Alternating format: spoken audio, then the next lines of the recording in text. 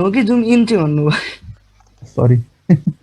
ए okay, होइन लेखेको त छैन, केही पनि टाइप गरेको त छैन कि। एकजनालाई पर्ख्यौँ ल, यहाँ एकजना लिङ्क गर्न माग्दै हुनुहुँदो रहेछ सागर सरले। यो इन र आउटमा जहिले झुकिन्छ क्या, लेस देन र त्यो ग्रेटर देनमा झुके जस्तै यसमा जहिले झुकिन्छ। द्याट्स फाइन, कहिलेकाहीँ त्यस्तो हुन्छ। कहिलेकाहीँ होइन सर, मेरो यो प्रब्लमै भयो क्या, लेस देन र ग्रेटर देन चाहिँ म कहिले छुटाउन सक्दिनँ। कति कस्तो टेन्सन हुन्छ नि कहिलेकाहीँ त। हिजोदेखि आउनुभएको कोही पनि नयाँ त हुनुहुन्न होला नि है आज? आज सायद छैनौँ कि जस्तो लागेको। त्यही अब फेरि हिजो त्यत्रो सिलेबस बुझाएको छु, अब फेरि आज अहिले बुझाउनु पर्ने हुन सक्ला फेरि। होइन हिजोको भिडियो रेकर्ड हेर्दा हुन्छ होला अब सायद। रेकर्ड गर्दै हुन्छ हुनु त। ओके, के पर्ख्यौँ कि अब सुरु गरौँ होला त हामी? सुरु गरौँ सर, 10 मिनट गइसक्यो। ओके, आजदेखि पर्खिनु ल, म त्यो चाहिँ खोल्छु पिडिएफ फाइल कहाँ राखिरहेको थिएँ मैले सिलेबसको। सर सुरु हुनुभन्दा अगाडि एउटा क्वेसन सानो सोधिहालेँ होइन। या भन्नुहोस् न। त्यो हामीले जुन भर्जन 11 को इक्जाम दिन्छौँ नि, अनि त्यसपछि त्यहाँनिर पैसा तिर्नुपर्ने हुन्छ हामीले होइन। अनि त्यो पैसा तिरिसकेपछि जस्तो आइल्याबको एक्सेस पाउँछौँ नि त हामीले, आइल्याबको एक्सेस त्यहाँ पाइन्छ कि पाइँदैन भन्ने कुरो हो क्या। हजुर, पाउनु पर्ने हो नि जस्तो लाग्छ मलाई। पाइन्छ सर त्यस्तो। यो ल्याबहरूको एक्सेस दिन्छ उनीहरूले। सिएचको प्रिपरेसन गर्दाखेरि चाहिँ यो जुन इक्जामको प्रिपरेसन गर्नुहुन्छ हजुरले, 2-3वटा त्यो विज्ञापन जस्तो भनौँ न, उनीहरूको मार्केट स्ट्राटेजीहरू हुन्छ। अनि त्यसो गर्दाखेरि उनीहरूले 3 महिनाको ल्याब एक्सेस, अनि त्यसपछि इक्जामको जुन भोचर काटेर पनि दिने हुन्छ, कुनैले 6 महिना गर्छ। त्यो विभिन्न प्रकारको छ छनु चाहिँ, तर सबैमा ल्याबहरू पनि दिएको हुन्छ तपाईँलाई प्र्याक्टिस गर्नुको लागि। अहिले त प्राइस घटे जस्तो लाग्यो नि सर, $100 जस्तो लागेको छैन? प्राइस त हेरेको छैन सर मैले। पहिला $500 थियो जस्तो लाग्छ, अहिले $100 जस्तो लागिरहेको छ। या होला कि मेबी। अब अहिले कति रहेछ? 1000 इक्जामको प्राइस चाहिँ। या भन्नुहोस् न कसले भन्दै हुन्थ्यो? $100 मात्रै हो र सर? होइन, प्रिपरेसनको मात्र $100 हो नि। इक्जामको त हजुरको मुनि लेखेको हुन्छ नि त 1199 भनेर। 1199 भयो? इक्जामको छुट्टै, प्रिपरेसनको मात्र छुट्टै हुन्छ, इक्जामको छुट्टै हुन्छ। 11 भन्दा त होइन होला हौ सर, 500 होला हौ। ओके, लेट मी चेक ल। म पनि हेर्दैछु सर, 1100 भन्दा बर्बाद भयो नि। यहाँ गुगलले चाहिँ 11 देखाइरहेछ। पर्खिनु ल, म इसी काउन्सिलकै भित्र गरेको छु। अनि फेल भयो त सिलेबस फेरि सर फेल हुने गरी कहाँ पढ्ने हो त पढ्दाखेरि? सुरुमै सोच्दाखेरि फेलको सोच्नु भयो भने त होइन, फेल नहुने चान्सेस पनि हुँदैन भन्न चाहिँ मिल्दैन। यो हजुरहरूले बिट गर्न सक्नुपर्ने कुरा, जति टेक्नोलोजीहरूको बारेमा सिक्दै जानुभयो त्यति नै धेरै सजिलो हुन्छ तपाईँहरूलाई हुन चाहिँ। 1100ले पो टेन्सन दियो त। भोचर कहाँ पो लेखेको हुन्छ यसको? हेबर त इक्जाममा पनि हुँदैन त्यो प्राइसिङ इन्डिभिजुअल। डाइरेक्ट च्याट गरेर सोधिदिउँ कि क्या हो, अनलाइनै हुन्छ। च्याटमा सोध्नु भन्दा नि सर तपाईँको आइडी साइडी माग्छ, नम्बरहरू माग्छ, वाट्सएपमा कल गरेर दिक्कै लगाउँछ। नगर्नु त्यसो काम, बरु गुगलमै खोज्दाखेरि हुन्छ। इसी मागी त अनि के अरे सर, के अरे बाहिर इन्डियातिर होइन, के अरे यो सिएचको के अरे सिलेबस फी, क्लास फीको साथसाथै एक्जाम फी चाहिँ त्यसमै फ्री हुन्छ। हाम्रो चाहिँ यता के कस्तो छ सर? त्यस्तो चाहिँ थाहा भएन सर। अब मैले म्यानेजमेन्टसँग जस्तै एसी काउन्सिलले राखेको चार्ज भन्दा पनि कम प्राइस डिस्काउन्ट दिएर हुन्छ होइन, एक्जाम फी मात्र लिन्छ उनीहरूले। दिएको हुन्छ यो इसी काउन्सिलहरूले अफर दिएको हुन्छ का, स्कुल कलेजहरूलाई अफर दिएको हुन्छ। हो त्यस्तो अफरमा पर्छ, त्यस्तो कतिवटा कलेजहरूले गर्छ होला सायद नेपालमा पनि, मलाई चाहिँ थाहा भएन भनौँ न। ओके, बुझ्यो होइन। यो के अरे प्राइसिङतिर भन्दा पनि नि आजको टपिकतिर चाहिँ जाउँ ल हामी।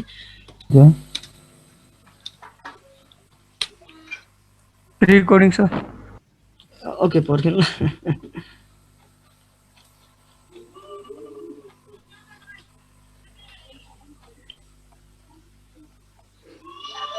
ओके, आज रेकर्डिङ या सुरु भयो है। त्यताबाट हेर्न मिल्छ, यहाँबाट हेर्न मिल्दैन लगभग? भयो सर, रेकर्डिङ हुन थाल्यो। ओके हस्। यो आजको टपिक चाहिँ हामीले इन्ट्रोडक्सन टु इथिकल ह्याकिङ भन्ने सेक्सनबाट सुरु गर्छौँ। अब आजदेखि चाहिँ एकदम फर्मलवाला क्लासहरू सुरु हुन्छ हाम्रो। अब हिजो जति जे बुझायो तिनीहरू सबै पर्ने भनेको इन्ट्रोडक्सन नै मात्र पर्छ नि त। हजुरहरूलाई मैले इथिकल ह्याकिङको बारेमा बुझाएँ, अनि त्यसपछि त्यो मालवेयरहरू के हो अथवा रुटकिटहरू के हो, डिडस एट्याकहरू भनेको के हो, हो यस्तोको बारेमा बुझाएँ मैले हिजो। यो सबै पर्ने थ्योरी सेक्सनहरू सबै पर्ने भनेको चाहिँ खासमा इथिकल ह्याकिङवाला सेक्सनमा पर्छ, थ्योरी अरूमा पनि पर्छ पर्नु चाहिँ, तर सबैभन्दा ज्यादा थ्योरी पर्ने भनेको सेक्सन चाहिँ इन्ट्रोडक्सन टु इथिकल ह्याकिङ। यहाँ यो सेक्सन पढाउन्जेलसम्म चाहिँ हामीले ल्याब चाहिँ गर्दैनौँ सर। कसैले इनकेस केही क्वेसन सोध्नुभयो भने चाहिँ गरौँला, नत्र यो सेक्सन पढाउन्जेलसम्म चाहिँ हाम्रो ल्याब हुँदैन।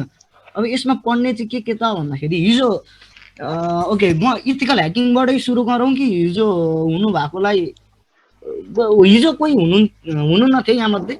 ह्यान्ड रेज गर्नु त। म चाहिँ थिएँ यहाँ मध्ये को चाहिँ हुनुहुन्न थियो हिजो? ओके उत्सव उपाध्याय सर, हजुरलाई के थाहा छ इथिकल ह्याकिङको बारेमा? मैले यो इथिकल ह्याकिङको जुन टपिक छ त्यो सुरुबाटै सुरु गर्नुपर्ने हुन्छ कि हजुरलाई थाहा छ यसको बारेमा? होइन सर, त्यस्तो त पर्दैन, तपाईँ कन्टिन्यू गरे हुन्छ। ओके, हजुर आइटी फिल्डबाटै पर्नुभयो भने चाहिँ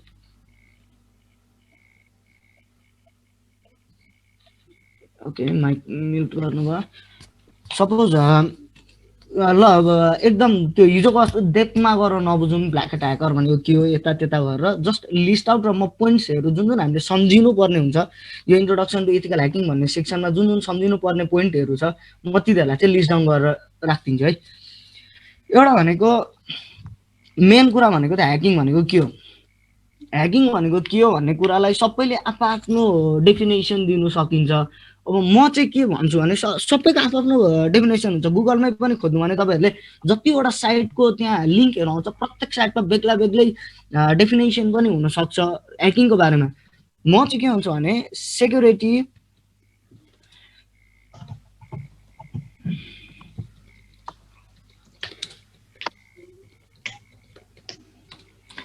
म चाहिँ यति मात्र भन्छु, short and sweet term finding security vulnerabilities. Hacking जुनसुकै टाइपको होस्, चाहे व्हाइट एट्याकरले ह्याक गरोस् कि चाहे ब्ल्याक एट्याकर चाहे ग्रे एट्याकर, तर ह्याकिङ भनेको एक्चुअलमा भनेको सेक्युरिटी भर्नेबिलिटिजहरूलाई खोज्नु हो।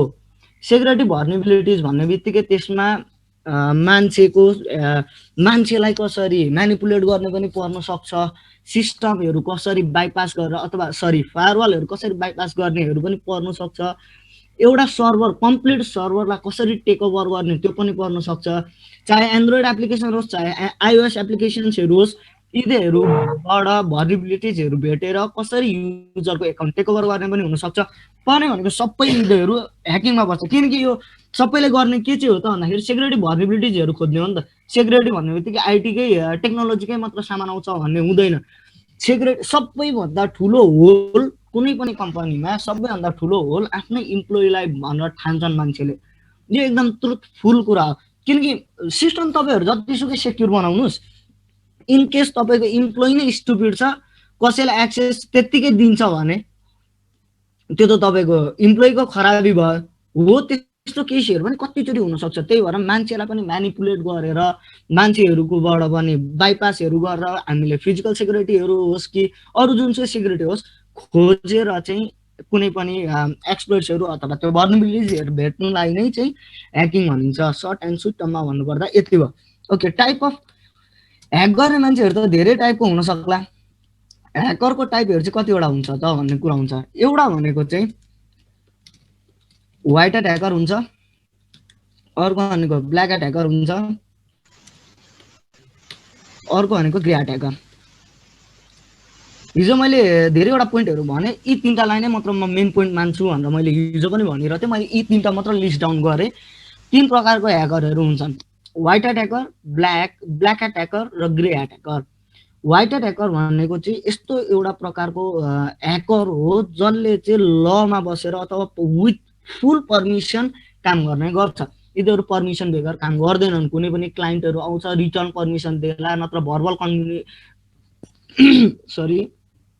नत्र ऊ आफैले आएर भन्ला के गर्ला, तर यिनीहरू पर्मिसन विथ पर्मिसन काम गर्ने गर्छ।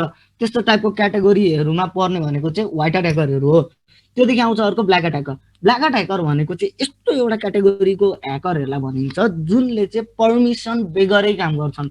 मतलब कसैले कसैको सिस्टम बा रिसेले पनि ह्याक हान्नु सक्छ, नत्र कसैको सिस्टम मेबी पैसाको लागि ह्याक हान्ला, नत्र सेक्युरिटी भर्नेबिलिटीहरू मात्र खोज्नुलाई पनि ह्याक हान्ने धेरैजना हुन्छन्। इन्टरटेनमेन्ट पर्पजको लागि भनौँ न, इन्टरटेनमेन्ट पर्पजकै लागि पनि ह्याक हान्ने मान्छेहरू धेरै हुन्छन्, किनकि तिनीहरूलाई आइटी सम्बन्धीको सेक्युरिटी बगहरू खोज्नु मजा लाग्छ। त्यस्तो क्याटेगोरीहरू पनि हुन्छ। तर जेसुकै होस् न, त्यसले मजाको लागि गरोस् कि त्यो जानी गरोस् कि इच्छा बेगर गरोस्, तर तिनीहरूले पर्मिसन बेगर काम गरेको हुन्छ। पर्मिसन बेगर काम गर्ने बित्तिकै त्यसलाई ब्ल्याक एट्याकर भनेर चिनिन्छ। ओके, अर्को हुन्छ ग्रे ह्याट ह्याकर भनिन्छ। यो जुन क्याटेगोरी छ यसलाई चाहिँ यसको बिचमा राख्दा हुन्छ खासमा भन्नु पर्दाखेरि चाहिँ, किनकि व्हाइट ह्याट ह्याकर पनि होइन, ब्ल्याक ह्याट ह्याकर पनि होइन, यिनीहरू चाहिँ दही चिउरे जस्तो ट्याक्क बिचमा आउँछन्। विथ पर्मिसन पनि काम गरिरहेको हुन्छन्, विदाउट पर्मिसन पनि काम गरिरहेको हुन्छन्। मेबी पर्सनल इन्टेन्सन बिग्रेर पनि हुनसक्छ, कोहीसँग रिस उठेर पनि हुनसक्छ, कोहीसँग पैसा चाहियो, आफूलाई पैसा चाहियो भनेर पनि हुनसक्छ, जे पनि होस्। तर यिनीहरूले पर्मिसन विथ पर्मिसन पनि काम गर्छ, कहिलेकाहीँ विदाउट पर्मिसनहरू पनि काम गर्छ भने यिनीहरूलाई ग्रे एट्याकर भनिन्छ। यो यति बुझ्दाखेरि कसैलाई केही कन्फ्युजन त छैन नि छ भने ह्यान्ड रेज गरौँ ल। कसैलाई छैन है? ओके, यो इथिकल ह्याकिङ भन्दाखेरि अब हिजो मैले केही पोइन्टहरूको बारेमा भनिरहेको थिएँ, जस्तै डिडस एट्याकहरूको बारेमा भनिरहेको थिएँ, डस एट्याकको बारेमा भनिरहेको थिएँ, अनि एक्सप्लोइट्सहरू मैले निकै युज गरिरहेको टर्महरू थियो यिनीहरू भनेको। यो यस्तो टर्महरू चाहिँ चाहिन्छ हामीलाई बिस्तारै गर्दै गएपछि। म खासमा अहिले क्लास डिले हुनुको कारण चाहिँ मेन कारण चाहिँ त्यही होला। अहिलेको म एउटा सानो डकुमेन्ट बनाउँदै थिएँ हजुरहरूको लागि फरवर्ड गरिदिन्छु भनेर, यस्तै की टर्म्सहरूको बारेमा यो टिपेर हजुरहरूलाई फरवर्ड गरिदिन्छु भनेर राखिरहेको थिएँ। अब अहिले भ्याइनँ, म पनि ढिलो भएर अहिले म फरवर्ड गरिदिन्छु, एकछिनमा ड्रप पनि गरिदिन्छु त्यसलाई। म यस्तो की टर्महरू छन् 10-12वटा 15वटा, यिनीहरूलाई थप्दै लाँदा नि हुन्छ। तर मेन की टर्महरू छन् जुन चाहिँ हामीलाई एकदम बुझ्न जरुरी छ। ओके, सुरुमा एक्सप्लोइट भनेको के होबाट सुरु गरौँ न त हामी। एक्सप्लोइट्सहरू भनेको चाहिँ के हो भने एउटा यस्तो चिज हो अथवा यस्तो जे भन्नु सक्यो, स्क्रिप्ट भन्दा नि हुन्छ यसलाई, सेक्युरिटी सिस्टमलाई ब्रिच गर्ने, सेक्युरिटी सिस्टमलाई एक्सप्लोइट भन्ने टर्म युज गर्न पाइनँ मैले। सेक्युरिटी सिस्टमहरू छ नत्र आइटी रिलेटेड जुनसुकै चिजहरू होस्, तिनीहरूमा भर्नेबिलिटी छ भने यो स्क्रिप्टहरूले चाहिँ त्यो भर्नेबिलिटीहरूलाई क्र्याक गर्ने काम गर्छ। यो स्क्रिप्टहरूले चाहिँ, यो स्क्रिप्ट भन्नुकै मतलब चाहिँ यो एक्सप्लोइटहरू हो। यो एक्सप्लोइटले चाहिँ तिनीहरूलाई क्र्याक गर्ने काम गर्छ। म यसको breach of a SECURIT security system through vulnerabilities vulnerabilities, breach of a security system through vulnerabilities भनेर लेखेँ मैले। कुनै पनि सेक्युरिटी सिस्टम, चाहे त्यो सर्भर होस्, चाहे फायरवल होस्, चाहे मोबाइल एप्लिकेसन किन नहोस्, सबैको बारेमा जुनसुकै होस् जेसुकै होस्, भर्नेबिलिटिजको थ्रुबाट स्क्रिप्टहरू युज गरेर यदि त्यसलाई एक्सप्लोइट गरेको छ भने त्यो एक्सप्लोइट्स भन्ने ठाउँमा पर्छ। एक्सप्लोइट्सको लागि सबैभन्दा ठुलो दोकान कुन हो त भन्दाखेरि चाहिँ exploitdb.com भन्ने। एक्सप्लोइट मतलब स्क्रिप्टहरू युज गरेर भर्नेबिलिटिजहरूलाई क्र्याक गर्ने। डिबी भनेको चाहिँ डेटाबेस होला। हिजो मैले यो टर्म पनि युज गरि नै रहेको थिएँ, डेटाबेस भनेर। डेटाबेस भनेको चाहिँ डिबी भनिन्छ, सर्ट फर्ममा डिबीलाई जहिले डेटाबेसलाई जहिले पनि डिबी भन्ने गरिन्छ हामीले। एक्सप्लोइट्सको चाहिँ डेटाबेस भनेर चिनिन्छ क्या यसलाई। यो सबैभन्दा युजमा एकदम हाइली युज्ड साइटहरू मध्ये पर्छ। हामीले इथिकल ह्याकिङ गर्न थालेपछि सबैभन्दा हाइली युज साइटमा पर्छ यो exploitdb.com भन्ने साइट। मैले यो पनि टिप्दिराखेँ। अर्को एउटा हुन्छ डक्सिङ भन्ने, हिजो मैले भनेको थिएँ त न डक्सिङको बारेमा, DOXING। डक्सिङको बारेमा हिजो थिइनँ है मैले भनेको।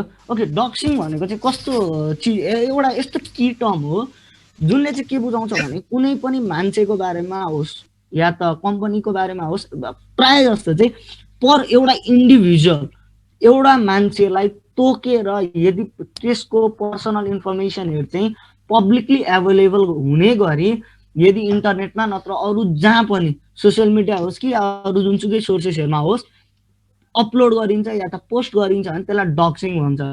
मैले एक्स लेखेको जेठै भएछ अझ यो डक्सिङ भनिन्छ यसलाई चाहिँ कुनै पनि मान्छेको बारेमा पर्सनल इन्फर्मेसनहरूलाई चाहिँ बाहिरपट्टि पब्लिकली भिएबल हुने गरी राख्नुलाई चाहिँ डक्सिङ भनिन्छ ओके यसलाई लेख्नु पर्दाखेरि चाहिँ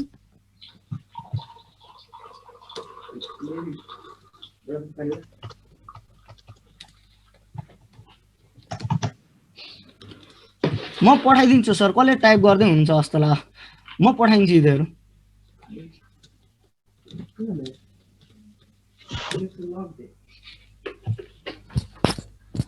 यो मैले जुन लेखेँ refers to publishing the information or a set of the information associated with an individual कुनै पनि इन्डिभिजुअलको पर्सनल डेटाहरूलाई चाहिँ यदि हामीले पब्लिकली एभाइलेबल हुने ठाउँमा चाहिँ यदि अपलोड गर्छौँ भने यो त्यो चिजलाई एउटा टर्मले छुट्याउँछ त्यसलाई चाहिँ डक्सिङ भनेर भनिन्छ ओके बुझ्यो होइन सर यिनीहरू बुझिरहेछ भने बुझेन भने चाहिँ मलाई एकचोटि यसो खबर चाहिँ गर्नुहोस् ल ओके फाइन छ सर यो ओके अर्को सरी के भन्नुभयो सर हजुरको आवाज चाहिँ ब्रेक भइरहेछ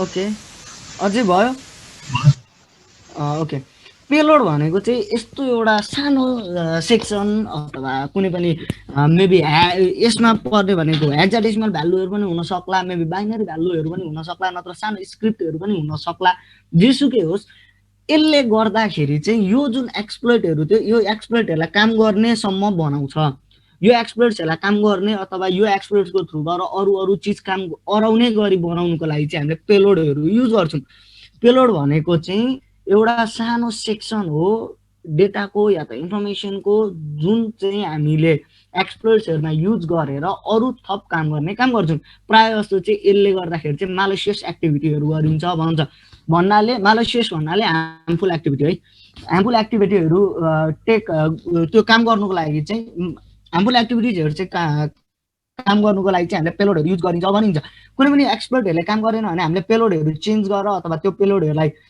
फेरि मिलाएर अरूतिर चेन्ज गरेर चाहिँ हामीले काम गर्ने गरिन्छ यदि इनकेस एक्सप्लोइट्सहरूले काम गरेन भने भन्ने सेक्सनमा यो एक्सप्लोइट्सलाई लेख्नु पर्दाखेरि चाहिँ म कसरी लेख्छु भने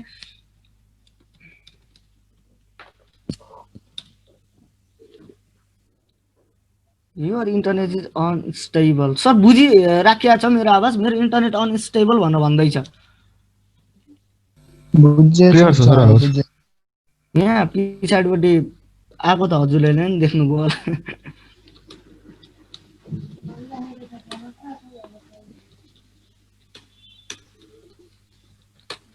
ओके यो कुनै पनि पेलोडहरूलाई चाहिँ मैले भन्नु पर्दाखेरि चाहिँ कुनै पनि एक्सप्लोइटहरूमा चाहिँ बाइन्ड गरेर भनौँ या त बाउन्ड गरेर यिनीहरू एक्सप्लोइट्सकै थ्रुबाट यो पेलोडहरूलाई मेबी अपलोड गरेर हुन्छ के गरेर हुन्छ यसबाट चाहिँ म्यालिसियस एक्टिभिटीहरू टेक ओभर गर्नुको लागि टेक डाउन गर्नुको लागि चाहिँ हामीले पेलोडहरू सेक्सनहरू युज गर्छौँ पेलोड सेक्सनहरू चाहिँ बिस्तारै बुझिँदै जान्छ पेलोडहरू कसरी बनाउने हो कस्तो पेलोडले के काम गर्छ हो यस्तो कुराहरू चाहिँ हामी बुझ्दै जान्छौँ अर्को हुन्छ एउटा बट भन्ने हुन्छ बटको बारेमा थाहा छ सर हजुरहरू कसैलाई बट पबजी खेल्दा चाहिँ एउटा बट आउँछ सर त्यसै त होला नि ओके अटोमेटिक एक्सन लिने खालको भनेर बुझ्न सकिएला हैन सर या मोर लाइक त्यस्तो पनि भनिन्छ भन्नु चाहिँ तर यो जुन हामीले युज गर्ने बट हुन्छ हामीले युज गर्ने बट भनेको चाहिँ कुनै पनि बटहरू चाहिँ अर्काको कम्प्युटर अथवा टार्गेटहरुमा इन्स्टल गरेर चाहिँ हामीले त्यो सिस्टमलाई टेक ओभर गर्न सकिन्छ भन्ने कुरा हुन्छ का त्यो अघि जुन हजुरले भन्नुभयो नि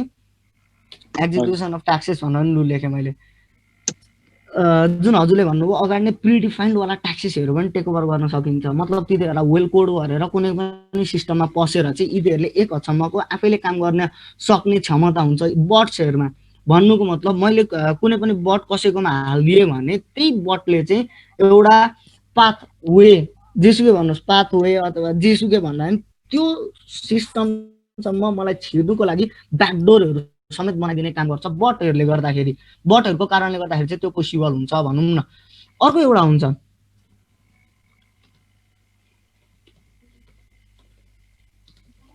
ह्याक भ्यालु भनेको कसैलाई थाहा छ होला सर ओके ह्याक भ्यालु भनेको इन नर्मल हजुरहरूलाई सेन्स चाहिँ के लाग्छ होला ब्याकडोरलाई इन्स्टल गर्ने भन्ने बुझिन्छ नै त्यस्तो त हुँदैन। Suppose refers to a value that डिइएम demonstrate ATTRACTIVENESS भनेर लेखेँ मैले चाहिँ। कुनै पनि ह्याक भ्यालु भनेर के चिनिन्छ भने सपोज कुनै पनि एउटा कम्पनीलाई मान्छेले ह्याक हान्दैछ अथवा ब्ल्याक ह्याट ह्याकरले होस् कि चाहे व्हाइट ह्याट ह्याकरले होस्, कुनै पनि कम्पनीकै हेर्नु पर्दाखेरि कम्पनीको पनि एउटा भ्यालु हुन्छ क्या। कम्पनीको मेन इम्पोर्टेन्ट भ्यालु चाहिँ के होला त, मेबी युजरहरू होला, होइन युजर होइन भने युजरको पर्सनल इन्फर्मेसनहरू मात्र होला, होइन भने युजरहरू नभएर यतापट्टिको प्रोडक्टहरूको बारेमा डिटेल्सहरू सेभ गरेको होला डेटाबेसहरूमा। यिनीहरू प्रत्येकको एक एकवटा भ्यालु हुन्छ। त्यस्तै गरेर ह्याकिङको सेक्टरमा नि एउटा भ्यालु हुन्छ, ह्याक भ्यालु भनेर भनिन्छ त्यसलाई चाहिँ। भ्यालु चाहिँ के हो त, यो ह्याक भ्यालु भनेको चाहिँ के हो त भन्दाखेरि कुनै पनि ब्ल्याक ह्याट ह्याकरलाई चाहिँ त्यो साइट ह्याक हान्नुमा जे चाहिँ भ्यालुएबल लाग्छ सबैभन्दा ज्यादा, मेबी एट्र्याक्टिभनेस होला नत्र इन्ट्रेस्ट, जे चिजमा चाहिँ इन्ट्रेस्ट लाग्छ अथवा जुन चिज चाहिँ त्यो ब्ल्याक ह्याट ह्याकरलाई वर्दी जस्तो लाग्छ, भ्यालु ज्यादा छ जस्तो लाग्छ, त्यसलाई चाहिँ हामी ह्याक भ्यालु भनेर चिनाउने गरिन्छ। attractiveness or value or maybe worthy, जे चिजहरू पनि क्या, यो वर्दी इन्फर्मेसनले गर्दाखेरि पनि हुनसक्छ, मेबी डेटाहरूले गर्दाखेरि पनि हुनसक्छ। के चिजको चाहिँ भ्यालु देख्छ त ह्याकरले, हो त्यो चाहिँ ह्याक भ्यालुमा पर्छ। हामीले भन्दाखेरि चाहिँ ह्याक भ्यालु त्यो सेन्सले भनिन्छ। ओके, बुझ्यो होइन यति? ओके, इन्टरेक्टिभ बनाऊँ न क्लास भन्ने कुरा मात्र हो मेरो, हजुरहरूले बुझ्नुहुन्छ हुन्न भनेर मात्रै। अब जति बुझ्दै जानुभयो त्यति नै सजिलो हुन्छ मलाई नै पनि पछाडि बुझाउन। यो की टर्म्सहरू बुझ्नु भएन भने पछाडि गएर म एक्सप्लोइट्स लेख्नुपर्ने छ अथवा एक्सप्लोइट डाउनलोड गर्नुपर्ने छ भन्नुलाई हजुरहरूले कुरा नबुझिदिनु होला, हो त्यो अप्ठ्यारो पर्न सक्छ। इनकेस केही बुझिएन भने चाहिँ भन्नुहोस् सर, म यो टिपेर पनि पठाइदिन्छु हजुरहरूलाई अहिले। ओके, अर्को हुन्छ डेजी चेनिङ भन्छ। डेजी चेनिङ, ओके, यो चेनिङ भनेको हाम्रो नर्मल सेन्समै भन्नुपर्दाखेरि पनि चेनिङ भनेको के हो त भन्दाखेरि कुनै पनि चिजहरूलाई एउटा काम गरो, त्यसपछि अर्को काम गरो र ती दुईटा बिच लिङ्क गरो, त्यसपछि फेरि अर्को काम गरो, त्यो दुईटा बिच पनि लिङ्क लायो, हो यस्तो चिजलाई हामी नर्मल सेन्समा चेनिङ भनिन्छ नि त। डेजी चेनिङ भनेको नि एक्ज्याक्ट यो ह्याकिङको पर्सपेक्टिभमा, इथिकल ह्याकिङको कुरा गरेको होइन है मैले।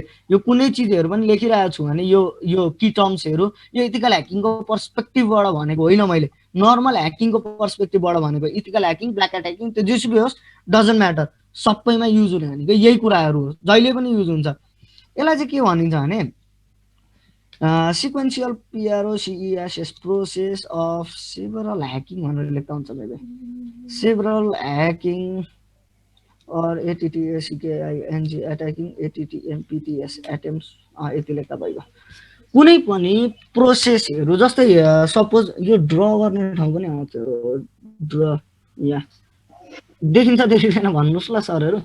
कुनै पनि एउटा सर्भर छ, यो सपोज एउटा सर्भर हो, यो सर्भरलाई ह्याक गर्नुपर्ने छ हामीले, अथवा ब्ल्याक ह्याट ह्याकरको पर्सपेक्टिभबाट हेर्दा नि हुन्छ, एज योर चोइस है, जेसुकै हेर्दा नि हुन्छ।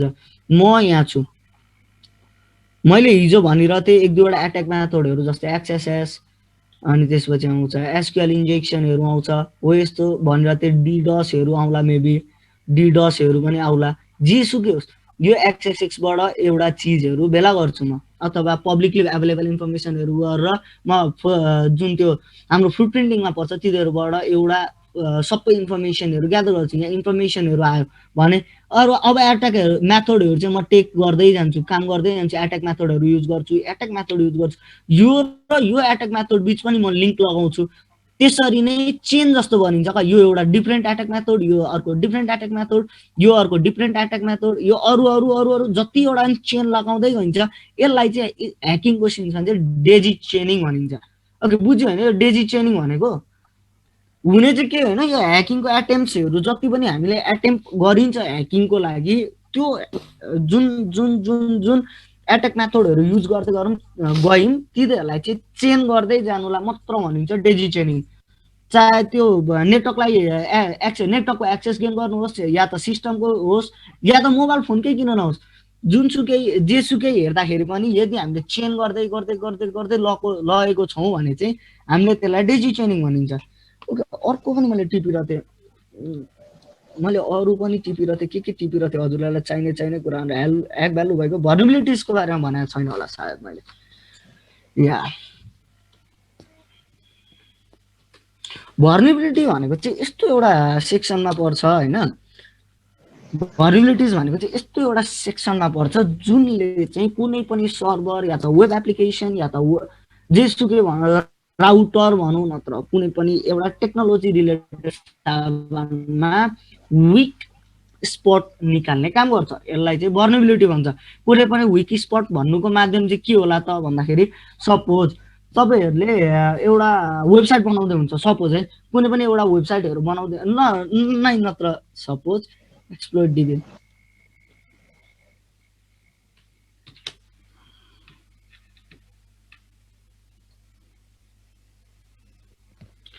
आम्मा साइट लोड हुनु कत्रो टाइम लाग्यो आज। सपोज यो एउटा कुनै वर्डप्रेस, ओके वर्डप्रेस वर्डप्रेस ल सपोज है यो इक्जाम्पलको रूपमा मात्र मैले यसलाई पिक गरेँ माथि नै आएर वर्डप्रेस कोर 5.2.2 को एउटा भर्नेबिलिटिज भेट्यो र एक्सप्लोइट लेख्थ्यो यिनीहरूले। अब यही भर्जनको चाहिँ हामीले एउटा वेबसाइट बनायौँ, यही भर्जनको वर्डप्रेस कोर युज गरेर चाहिँ हामीले एउटा वेबसाइट बनायौँ भने हाम्रो भर्नेबिलिटी चाहिँ के छ त भन्ने कुरामा चाहिँ यो एउटा खुद एउटा भर्नेबिलिटी हो नि त, जुनको कारणले गर्दाखेरि चाहिँ यो एक्सप्लोइट लेखिन त यो लेखियो, यो त एउटा भर्नेबिलिटी भयो नि त। हाम्रो सेन्समा हेर्नु पर्दाखेरि त यो त हाम्रो लागि त एउटा भर्नेबिलिटिज भयो हो। यस्तो भर्नेबिलिटिज भनेको चाहिँ कुनै पनि एउटा विक स्पोट जुनको मार्फतबाट चाहिँ कुनै पनि एट्याकर होस् नत्र जेसुकै होस् त्यो चाहिँ हाम्रो सिस्टमसम्म छिर्नु सक्छ। सपोज यहाँ अर्को चाहिँ SMB remote code execution scanner रहेछ यो चाहिँ, तर यसले त एक्सप्लोइटहरू सरी यो स्क्यानर टुलमा मात्र पर्नु चाहिँ यिनीहरूले चाहिँ भर्नेबिलिटिज भन्दा पनि एसएमबी सर्भरको चाहिँ कुन port number sorry version running छ भनेर स्क्यान गर्ने मात्र काम गर्छ। यो पनि देखाउँछु म पछि मेटा एक्सप्लोइटहरू युज गरेर। यही पनि छ vulnerabilities is the existence of a weakness, design or the implementation error that can lead to an unexpected event compromising the security of the system। कुनै पनि सिस्टममा यदि कुनै पनि एउटा विक स्पट छ जुनको थ्रुबाट चाहिँ एट्याकर नत्र जोसुकै अरू मान्छे होस् हाम्रो सिस्टमसम्म छिर्न सक्छ अथवा कम्प्रोमाइज गर्न सक्छ अथवा टेक ओभर गर्न सक्छ हाम्रो सिस्टम भने त्यसलाई चाहिँ भर्नेबिलिटी भनिन्छ हामीले। ओके बुझ्यो हैन यो? बुझ्यो सर। तपाईहरु आज की टर्महरु बुझाएर पछाडिपट्टि CIA ट्रायड भन्ने हुन्छ का, यो की टर्महरु चाहिँ आज सबै बुझाइसकौं भनेर मैले सोचेको, धेरै त नभ्याइएला अब कति के भ्याइन्छ। यो पेलोड भइगयो। जीरो डे अट्याक भनेको चाहिँ जीरो डे अट्याक भनेको थाहा छ कि छैन हजुरहरुलाई? जीरो डे अट्याक भनेको चाहिँ यस्तो एउटा अट्याक मध्ये मानिन्छ जुनको बारेमा चाहिँ त्यो कम्पनी सपोज कुनै पनि कम्पनीको जीरो डे अट्याक भयो भनिन्छ भने त्यसले चाहिँ के सेन्स लाउँछ भने त्यो कम्पनीलाई त्यो भर्नेबिलिटीको बारेमा अहिलेसम्म थाहा नै थिएन भन्ने सेन्स लाग्छ का। त्यो भर्नेबिलिटीको बारेमा चाहिँ अहिलेसम्म प्याचहरु नै लेखिएको थिएन, भर्नेबिलिटीको त्यो बग फिक्सै गरिएको थिएन भन्ने सेन्स लाग्छ। यो जीरो डे अट्याक भनेको चाहिँ अहिलेसम्म त्यो कम्पनीलाई थाहा नै छैन भन्ने सेन्स लाग्छ का। कुनै पनि जीरो डे अट्याक भेट्नु भनेको यो इथिकल ह्याकर अथवा कुनै पनि ब्ल्याक ह्याट ह्याकरको लागि दसैँ तिहार जस्तो हुन्छ क्या, मोर लाइक। किनकि यसको बारेमा कुनै पनि प्याचहरु लेखिएकै हुँदैन, यसको बारेमा त्यो कम्पनी खुद त्यो कम्पनीलाई नै पनि थाहा हुँदैन क्या यो भर्नेबिलिटी चाहिँ मेरोमा छ है भनेर। हो त्यस्तो सेन्समा चाहिँ जीरो डे अट्याक भनिन्छ। जीरो डे किनकि प्रायर नोटिसै थिएन, प्रायर थाहा नै थिएन, ज्ञानै थिएन तिनीहरूलाई यो अट्याक हो, त्यही सेन्समा चाहिँ जीरो डे अट्याक भनिन्छ यसलाई। डक्सिङ थाहा भइगयो, यो हालफेयर चाहिँदैन अहिलेको लागि। सपोज ह्याकिङ भनेको एक्चुअलमा के हो त्यो त बुझाएँ मैले ह्याकिङ। ओके अर्को ब्रुट फोर्स अट्याक भन्ने आयो। ब्रुट फोर्स अट्याक भनेर हिजो नि भनेर थियो होला है सायद, मैले के भनिन?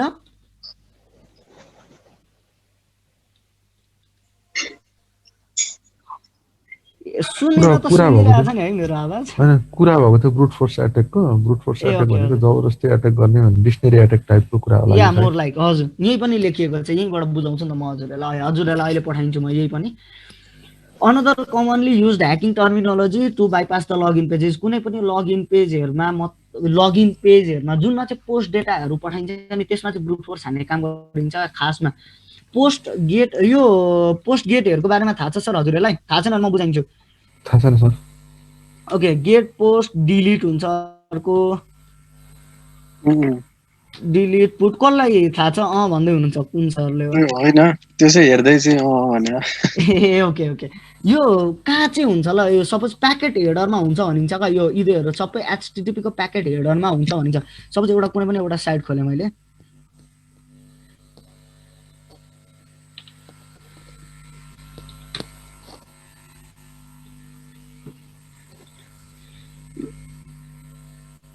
ओके कुनै यही एउटा प्याकेट खोले सपोज ल यो एउटा प्याकेट खोले मेरो रिक्वेस्ट के गएको थियो भन्दाखेरि गेट रिक्वेस्ट गएको थियो यहाँ अहिलेको लागि गेट रिक्वेस्ट गयो है यहाँ गेट भन्ने लेखेको देख्नुभयो अब केही खोजे इन्टर हान्छु म अब यही ठाउँमा खोइ त पोस्ट कहाँ पुर्याउँछ यिनीहरूको पोस्ट गरी यहाँ रहेछ सरी यहाँ पोस्ट रिक्वेस्ट गएको थियो पोस्ट रिक्वेस्ट के चाहिँ गयो त भन्दाखेरि मैले जे टाइप गरेको थिएँ त्यसलाई चाहिँ पोस्ट भनेको चाहिँ म फिगर बनाउँछु ओके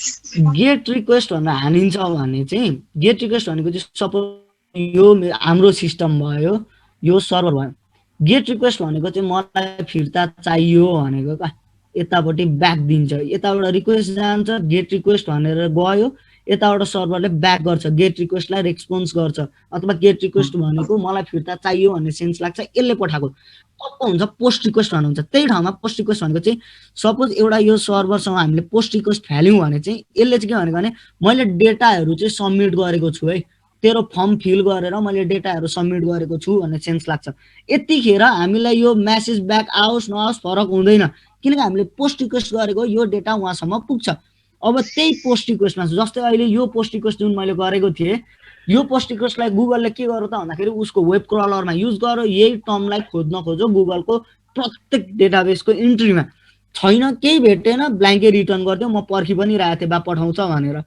तर कतिवटा कन्डिसन यस्तो पनि हुनसक्छ पोस्ट रिक्वेस्टमा केही ब्ल्याङ्कै आउँदैन केही आउँदैन पोस्ट रिक्वेस्टमा ब्ल्याङ्क दिँदैन हो त्यस्तो सेन्सहरू पनि हुनसक्छ पोस्ट भनेको चाहिँ एक्चुअलमा भन्नुपर्दा यहाँबाट डेटाहरू चाहिँ गयो गेट रिक्वेस्ट भनेको चाहिँ मलाई डेटा ब्याक पनि चाहिन्छ भनेर बुझ्छ क्या गेटमै पनि डेटाहरू पठाउनु पाउनु चाहिँ गेट रिक्वेस्टमा डेटाहरू पठाउनु पाउँछ पोस्ट रिक्वेस्टमा डेटाहरू पठाउनु पाउँछ तर पोस्टमा र गेटमा यति फरक हो गेट भनेको चाहिँ हाम्रो ब्राउजरले चाहिँ पर्खिरहेको हुन्छ प्रत्येकचोटि पर्खिन्छ गेट रिक्वेस्ट पठाउँदाखेरि प्रत्येकचोटि पर्खिन्छ पोस्ट रिक्वेस्ट पठाउँदाखेरि नपर्खिने सेन्स कन्डिसनहरू पनि हुन्छ पर्खिने कन्डिसनहरू पनि हुन्छ यो म्याटर गर्छ साइटको सर्भर अनुसार अरू हुन्छ जस्तै एउटा हुन्छ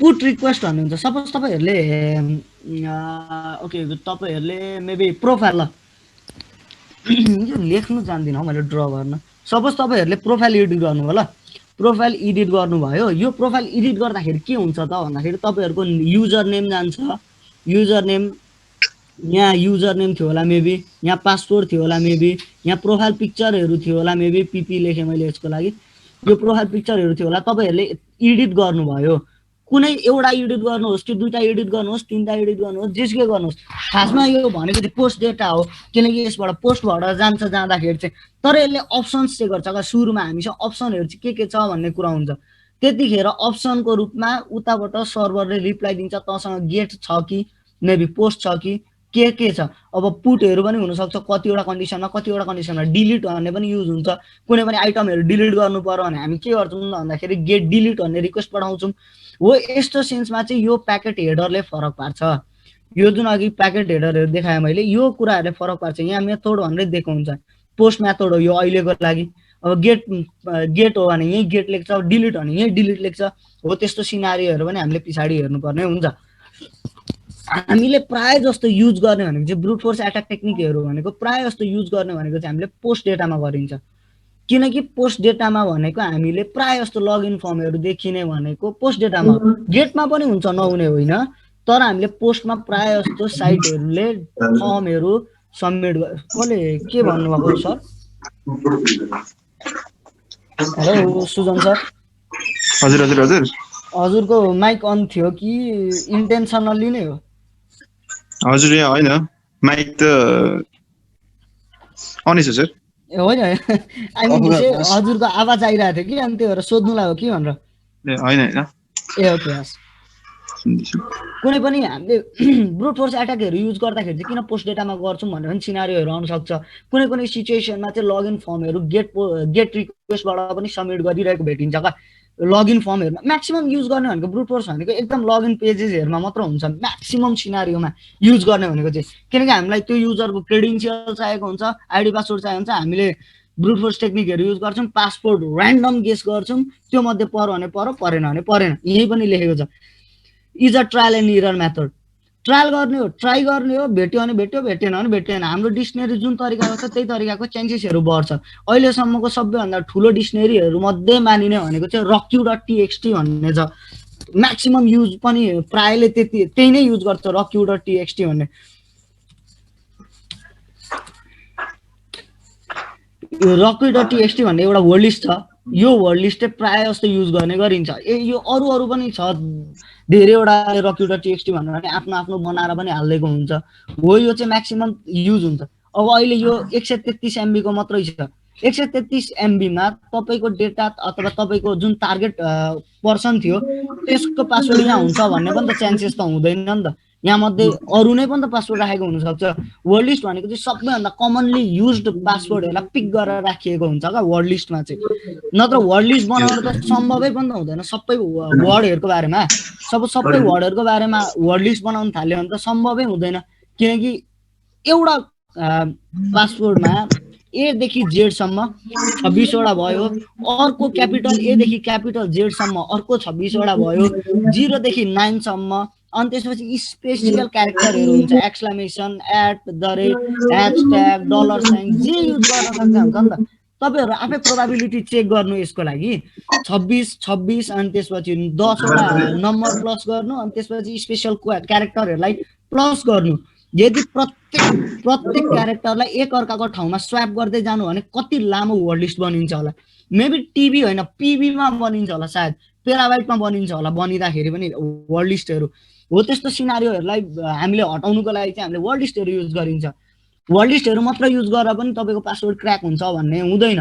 त्यो टार्गेट जो पर्सन छ त्यसको वर्ड लिस्टहरु यो पब्लिकली अवेलेबल वर्ड लिस्टहरु बनाएको भेटेर त्यसरी युज गरेर क्र्याक हुन्छ भन्ने पनि हुँदैन। त्यस्तो बेलामा हिजो मैले भनेर त्यो सोशल इन्जिनियरिङ हानेर कुनै पनि मान्छेले के बोल्छ, कहाँ जान्छ, कस्तो त्यसको गर्लफ्रेन्डको नाम मेबी के हो, त्यसको आमा बुवा घर गाउँ नम्बर सबै थोक भेला गरिम भने तिनीहरुमै मध्ये एउटा त्यसले पासवर्ड युज गर्न पनि सकेका हुन्छ का। त्यस्तो सिनारियोमा हामीले आफ्नो वर्ड लिस्ट आफै बनाउँछौं। अरु सिनारियो पनि हुन्छ, र्यान्डम क्यारेक्टरहरुलाई आफैले वर्ड लिस्ट बनाएर हिट एन्ड ट्रायल हान्छौं। फेरि हुन चाहिँ ब्रुट फोर्स भनेको एकदम हिट एन्ड ट्रायल हुन सक्छ, नहुन पनि सक्छ। हुने चान्सेस जति छ नहुने चान्सेस त्यो भन्दा बढी पनि हुन सक्छ कतिवटा कन्डिसनमा। यो ब्रुट फोर्स अट्याक भनेको चाहिँ त्यो हो। यो बुझ्यो हैन ब्रुट फोर्स अट्याकको बारेमा? यस सर। ओके। अर्को हुन्छ HTTP र HTTPS। यो हिजो पनि कुरा भएको थियो हुनु चाहिँ। HTTPS भनेको चाहिँ के हो भन्दाखेरि यो H बाट हाइपर, यो T बाट text transfer protocol, hyper text transfer protocol भन्छ खासमा HTTP लाई हाइपर टेक्स्ट ट्रान्सफर प्रोटोकल भन्छ। मतलब कुनै पनि साइट र क्लाइन्ट बीच कम्युनिकेसन हुनुको लागि युज हुने प्रोटोकल भनेको चाहिँ HTTP प्रोटोकल हो। यो पछाडिपट्टि S थप्यो। S भनेको चाहिँ सेक्युर भनिन्छ भन्नु चाहिँ, यो भनेको चाहिँ SSL सरी HTTPS भनेको चाहिँ HTTP हो, secure transfer hyper text transfer protocol हो, तर यो सेक्युर वेमा हो। किन सेक्युर वेमा हो भन्दाखेरि यसले चाहिँ SSL र TLS प्रोटोकल युज गर्छ र हाम्रो कुनै पनि HTTP को प्याकेटहरुलाई र्याप गरिदिन्छ, माथिबाट एक हदसम्मको सेक्युरिटी लगाइदिन्छ, मतलब र्याप गर्ने काम गर्छ भनौं। यो चाहिँ भनेको चाहिँ HTTPS हो। ओके। अर्को छ फायरवल। कहाँ थियो? ओके। फायरवल भनेको त म्याक्सिममले बुझ्नु भएकै कुराहरु होला सायद। फायरवल भनेको त के बुझेको छैन सर फायरवलको बारेमा? Extra layer of security. हिजो क्लासमा बस्नु भएको कुनै पनि एकजना सरले भन्नुस् न त फायरवल भनेको चाहिँ के थियो होला त? हिजो पनि मैले भनेको थिएँ भन्नु त। Extra layer of security. Okay. Extra layer of security एकदम करेक्ट हो त्यो पनि। एक्स्ट्रा लेयर अफ सेक्युरिटी के सेन्सले हुन्छ भन्दाखेरि फायरवलले चाहिँ हामीले कुनै पनि नेटवर्कहरुलाई एनालाइज गर्न मिल्छ अथवा नेटवर्कहरुलाई मोनिटर गरेर राख्न मिल्छ। हाम्रो जुन आइरहेको फ्लो अफ ट्राफिक हुन्छ, जुन मतलब फ्लो अफ ट्राफिक भन्दाखेरि जस्तै सर्भर हामीले सेटअप गरेको छ भने त्यो सर्भरदेखि बाहिरपट्टि सर्भर भित्रपट्टि युज हुने त त्यो जुन इन्टरनल नेटवर्क हुन्छ त्यसमा युज हुने भनेको त प्राइभेट आइपी हो, त्योदेखि बाहिरपट्टि हुन्छ public IP.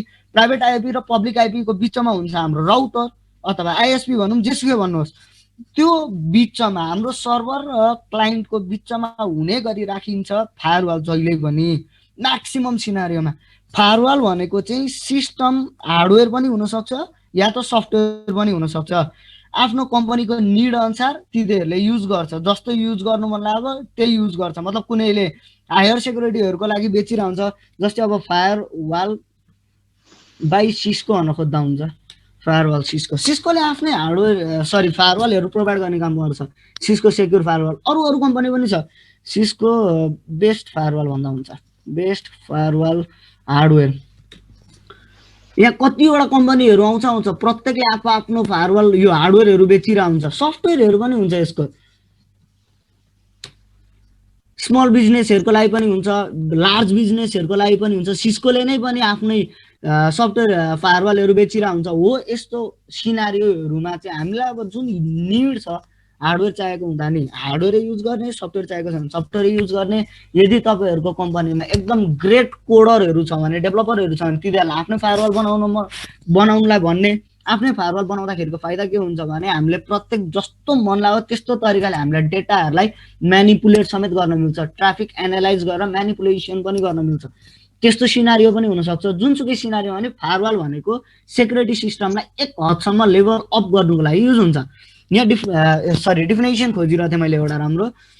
A firewall is a network security system which continuously monitors the incoming and outgoing network traffic and blocks any untrusted भनेको चाहिँ कुनै पनि प्याकेट हेडर भनौँ नत्र प्याकेट जुन एचटिटिपी प्याकेट हुन्छ कुनैमा पनि शङ्का लाग्यो भने चाहिँ भन्ने कुरा हुन्छ। यो अनट्रस्टेड भनेको चाहिँ कुनै पनि प्याकेटहरू हेर्दैखेरि यदि मालिसियसवाला प्याकेटहरू छ अथवा भाइरसहरू फ्लो गरिरहेको छ जस्तो लाग्छ भने त्यसलाई के गर्छ भन्दा ब्लक गरिदिन्छ यसले, सिधा ब्लकै हानिदिन्छ यसले। नत्र आफूले मिलाउन पनि मिल्छ त्यसलाई, त्यो के भन्छ स्प्याममा फाल्ने हो कि के गर्ने हो, यो आफ्नो कम्पनी अनुसारको कम्पनी पोलिसी अनुसारले युज गरेको हुन्छ। यिनीहरूले आफ्नो कम्पनी पोलिसी अनुसारले इम्प्लिमेन्टेसन गरेको हुन्छ। Resources to ensure the safe communications a firewall can be both hardware and the software based. दुइटै अहिले भर्खर हामीले हेऱ्यौँ। A well design and implemented firewall continuously monitors for malicious input. However, black hats strive to bypass them. यो एकदम truthful कुरा हो। फायरवालहरू जति सुकै स्ट्रङ बनाउन कम्पनीहरूले ब्ल्याक ह्याट ह्याकर, यो हिजो पनि कुरा भएको थियो सायद, एउटा कोइनको दुईटा काटामा पर्छ। यो फायरवाल कसले बनाउने भन्दाखेरि इथिकल ह्याकरले बनाउने हो। इथिकल ह्याकरले बनायो अथवा डेभलपरले बनाओस्, जोसुकैले बनाओस्, यो वर्गलाई मानौँ एकदम वेल गुडवाला सेक्सनमा राखौँ हामीले। गुडवाला सेक्सनमा हुने मान्छेहरूले फायरवाल बनायो। यदि ब्ल्याक ह्याट ह्याकरहरूले त्यसलाई बाइपासै गर्नु खोजेन भने त यसको सेक्युरिटी त अप त हुँदै जाँदैन नि त। यिनीहरूले त अपै गर्दैन नि। यदि कसैले एट्याकै गर्दैन भने यिनीहरूले अप गर्ने कामै पर्दैन, किन अप गर्नु हो। त्यो सिचुएसन कहिले आउन सक्दैन किनकि ब्ल्याक ह्याट ह्याकरहरू एकदमै ज्यादा फायरवालको पछाडि परेका हुन्छन्। म्याक्सिमम कति मान्छेहरू ब्ल्याक ह्याट ह्याकरहरू फायरवालको पछाडि परेका हुन्छन्। किनकि फायरवालको जुन डिफेन्स मेकानिजमहरू छ तिनीहरू ब्रेक गरिसकेपछि प्रायः जस्तो कम्पनीहरू अहिले पनि यस्तो छ। सपोज तपाईँले नै पनि कुनै सर्भर सेटअप गर्नुभयो, तपाईँको अफिसले कुनै पनि सर्भरहरू सेटअप गर्यो, त्यो सर्भर सेटअप गरेर चाहिँ बाहिरपट्टिबाट हार्डवेयर होस् कि सफ्टवेयर होस् फायरवाल राखिदिन्छ। त्यसपछि भित्रपट्टि गएर सर्भरमा युजरको म्यालिसियस इनपुटहरू चेकै गर्नु खोज्दैन क्या। कतिवटा कम्पनी हुन्छ त्यस्तो सिचुएसनहरू धेरैवटा कम्पनीमा हुन्छ। त्यस्तो सिचुएसनहरू आयो भने इनकेस फायरवाल बाइपास भयो भने त सक्यो, तपाईँको त सर्भरै डाउन गर्नु सक्यो। ब्ल्याक ह्याट ह्याकरले टेकओभर पुरै सिस्टमै टेकओभर गर्न सक्यो नि त हो। त्यस्तो सिनारियोहरू खोज्छन्, धेरैजनाले खोज्छन्। त्यही भएर यो फायरवालको पछाडि चाहिँ एकदम ज्यादा ब्ल्याक ह्याट ह्याकरहरू परिरहन्छन्। कसरी चाहिँ बाइपास गर्ने, मेबी भर्नेबिलिटी चाहिँ भेट्नु ठुलो कुरो हुँदैन होला। फायरवालमा भर्नेबिलिटिजहरू खोजेरै मात्र क्र्याक गर्न सकिन्छ अथवा एक्सपर्ट हानेर भित्र पस्न सकिन्छ, यो नहुन सक्ला। तर आफ्नै प्याकेट जुन एचटिटिपी प्याकेट हुन्छ त्यसलाई यहाँ जुन भनौँ अनट्रस्टेड सोर्सेसहरू भनौँ नि, एचटिटिपी प्याकेटलाई एकदम ट्रस्टफुल देखाउनु चाहिँ हाम्रो मेबी त्यहाँ इन्क्रिप्सन एल्गोरिदमहरू युज गरेर नत्र आफ्नो प्याकेट हेडर साइजै घटाएर त्यस्तो गरेर एकदम वेल ट्रस्टेडवाला बनाएर देखाइदिने। तर उहाँ पुगेपछि चाहिँ आफ्नो मालहरूले काम गरोस् अथवा बटनेटहरूले काम गरोस् हो त्यस्तो सिचुएसनहरू पनि आउँछ। कतिवटा सिस्टम कम्पनीहरूले चाहिँ छोडिदिन्छ क्या यत्तिकै पनि, फायरवाललाई एकदम राम्रो फायरवाल किन अनि त्यसपछि छोडिदियो खालको पनि हुन्छन्। तर इनकेस त्यो फायरवाल बाइपास भयो भने चाहिँ के त भन्ने कुरा पनि हुन्छ क्या। तर फायरवाललाई मात्र पनि बढी प्रायोरिटी दिने होइन। हो एक लेभल अप बनाउँछ सिस्टमले, सिस्टमको सेक्युरिटीलाई एक लेभल अप चाहिँ बनाउँछ, तर यसको निर्भर चाहिँ बस्नु हुँदैन हामीले। यो जुन as a result फायरवाल्स are continuously updated, adjusted or replaced with new security measures over the time. Security नेपालको कन्टेक्स्टमा त नभनौँ होइन, बाहिर चाहिँ यो हुन्छ, नेपालको कन्टेक्स्टमा चाहिँ नभनौँ। नेपालको कन्टेक्स्टमा अहिले पनि यस्तो छ, सपोज तपाईँले एन्टिभाइरस किन्नुभयो, सपोज एन्टिभाइरस किन्नुभयो, एउटा सिडी किन्नुभयो, 1 वर्ष चलो 2 वर्ष चलो त्यही एन्टिभाइरस अपडेटै बेगर चलाइदिरहेको हुन्छन् क्या मान्छेले। कतिजना हुन्छन्, हामी मध्ये नै पनि कतिजना छौँ होला, एन्टिभाइरस किनेको छ, एन्टिभाइरस छ मेरो सिस्टममा भन्ने हुन्छ, तर त्यो अपडेट गर्ने प्रसङ्गै उठ्दैन, अपडेटै गर्दैनन् मान्छेले। किनकि एन्टिभाइरस त छ नि त मेरोमा, त्यो दिलासा त छ नि त उतालाई भित्रैदेखि मेरो सिस्टममा भाइरस पस्दैन भन्ने, तर त्यो कति आउटडेटेड हुन्छ। प्रत्येक मिनेटमा एउटा नयाँ भाइरस बनाइरहेको हुन्छन् मान्छेहरूले। त्यो नयाँ भाइरसहरूलाई त मिटिगेट गर्न सक्दैन तपाईँको सिस्टमले, त्यो एन्टिभाइरसले त भेट्नै सक्दैन, किनकि त्यसको लाइब्रेरीहरूमा त्यो डेटाबेस जुन हुन्छ भाइरसको डेटाबेस सिग्नेचरहरू भन्छ खासमा, त्यो सिग्नेचरहरूमा त त्यो नयाँ भाइरसको बारेमा त लेखेकै हुँदैन। हो त्यो सिनारियोहरू आउँछ, त्यही भएर जहिले पनि आफ्नो सिस्टमलाई चाहिँ सेक्युरिटी सिस्टमलाई चाहिँ एकदम अप टु डेट राख्नु चाहिँ मेजर काम हो। ओके, यहाँसम्म मेजर पोइन्टहरू चाहिँ बुझ्यो, यो टपिकहरू बुझाउनु खोजेको मैले। बुझ्यो सर, यो त बेसिक कुरै भयो, बुझिहाल्यो सर। ओके, अर्को आउँछ एकदम मेनमा आउने कुरा हो यो CIA ट्रायड भन्ने चाहिँ। कसैले थाहा थियो कि थाहा थिएन होला यसको बारेमा, CIA ट्रायड भन्ने?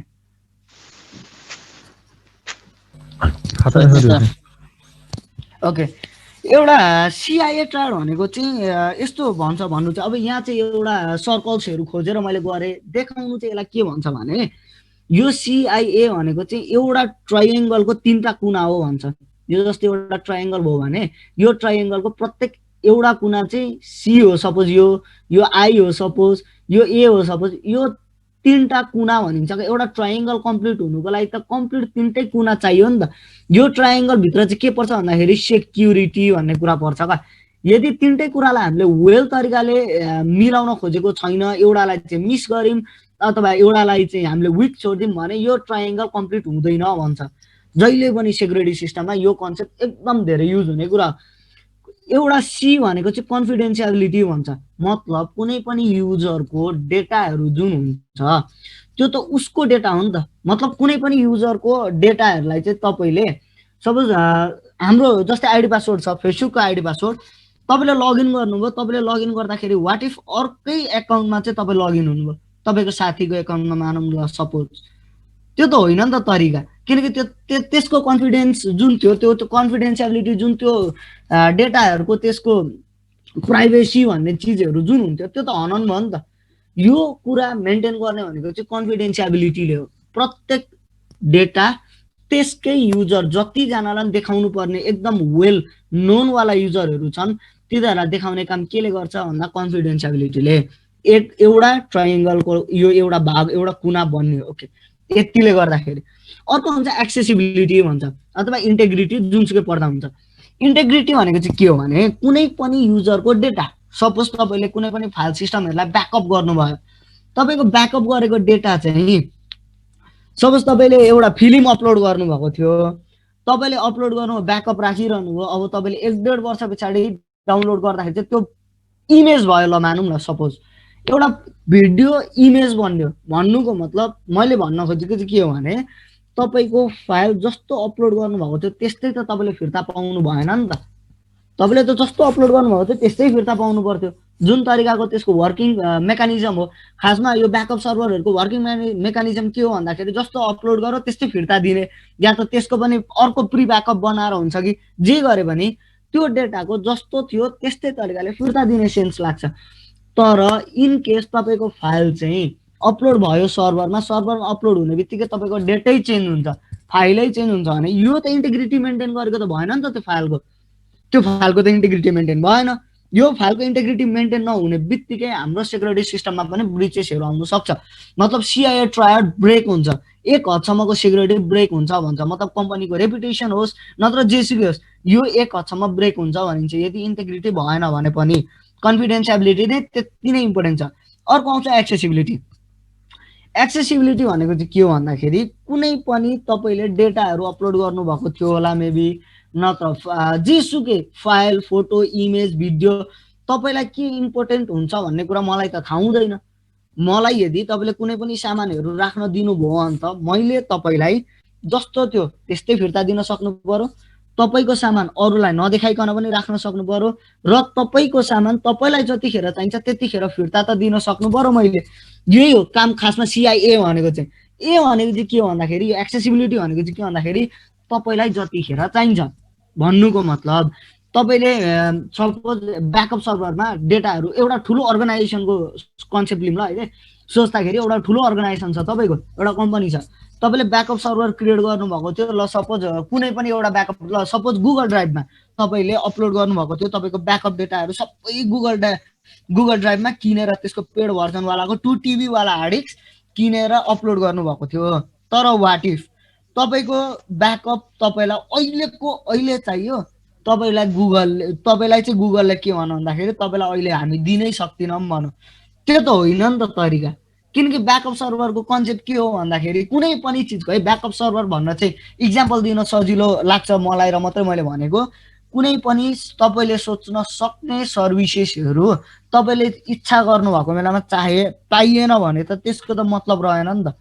कुनै पनि सर्भिसेस चाहे इमेज अपलोड होस्, चाहे फोटो होस्, चाहे युजर लगइनै किन नहोस्, तपाईँले लगइन गर्न खोज्नु भएको बेला सपोज तपाईँलाई अब एकदम अर्जेन्ट काम परिरहेछ, साथीलाई कन्ट्याक्ट अहिलेको अहिले नगरिकन भक्कै छैन, तपाईँले कन्ट्याक्ट गर्ने बेला चाहिँ तपाईँको आइडी नै लगइन भइदिएन, तपाईँको आइडी 5 मिनटपछि मात्र लगइन हुन्छ भनेर भनिदियो, हो त्यस्तो इरर मेसेजहरू फालिदियो, तपाईँले पासवर्ड करेक्ट हाल्नु भएको छ, तपाईँ लेजिमेट युजर हो एकदम हो, त्यो सर्भरले थाहा पनि पाइरहेछ यो मेरै युजर हो भनेर, तरै पनि तपाईँलाई लगइन गर्न दिएन भने त काम त लागेन नि त त्यसको।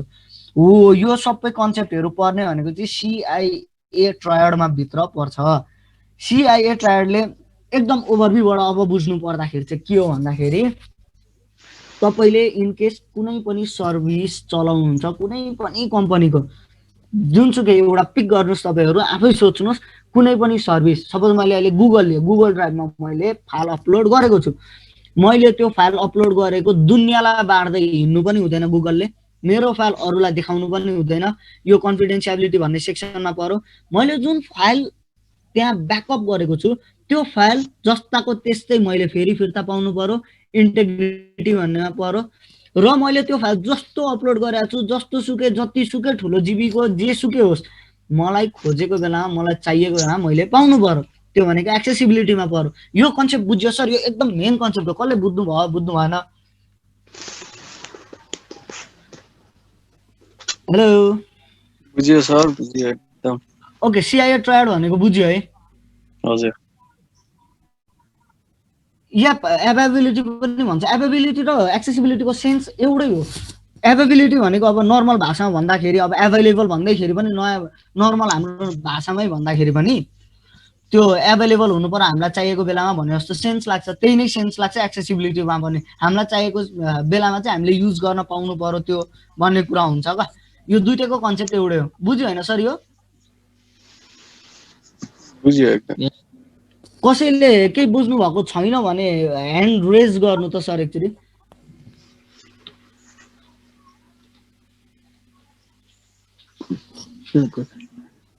कसैले बुझ्नु भयो? सबैले बुझ्नु भएको छ? सरी सर, यो एकैछिन मैले रेकर्ड अफ गरेँ। ओके, सुन्नुहोस् न सरहरू, आजको लागि छिटै क्लास अफ गर्दा हुन्छ होला सर? मेरो सानो कामले गर्दाखेरि म बाहिर निक्लिनु पर्ने हो कि क्लास कन्टिन्यू गर्नै पर्ने भयो र मैले अगाडि मेसेज ड्रप गरेको थिइनँ र मैले पढाउनु बसेँ। म बाहिर निक्लिनु छ सर, भोलिदेखि गर्दा हुन्छ क्लास? गुड फ्राइडे सर, एकदम केही फरक छैन। म बाहिर निक्लिनु पर्ने छ कि फेरि अगाडि प्रि नोटिस गरिनँ मैले, अनि क्लास छोडेर हिँड्नु पनि मन लागेन। हुन्छ सर, गुड फ्राइडे। छिटो भनेर चाहिँ सर म्यानेजमेन्टलाई नै भन्नुभएको हुन्थ्यो। अब म पनि भ्याउँदिनँ नै चाहिँ भन्छु म। यदि हजुरहरूले क्लास अगाडि तान्नु भयो भने चाहिँ अरू नै टिचरले पढाउनुहुन्छ, म चाहिँ भ्याउँदिनँ, मेरो अफिस टाइमै मिल्दैन फेरि। ए होइन सर, ठिक छ एकदम। ओके आज चाहिँ माइन्ड नगर्नुहोस् होला सर आज चाहिँ मेरो सानो कामै ए हुन्छ पर्यो हुन्छ सर ए सर मस्त हुन्छ म यो ड्रप चाहिँ हजुरहरूलाई भोलिसम्ममा ड्रप गरिदिन्छु ल एकदम ए, हस्। चाहिने चिजहरू हस् सर हस् ओके सर हुन्छ हवस् थ्याङ्क यू बुझ्नु भएकोमा चाहिँ ओके इन्ड गरेँ good night everyone good okay night thank you welcome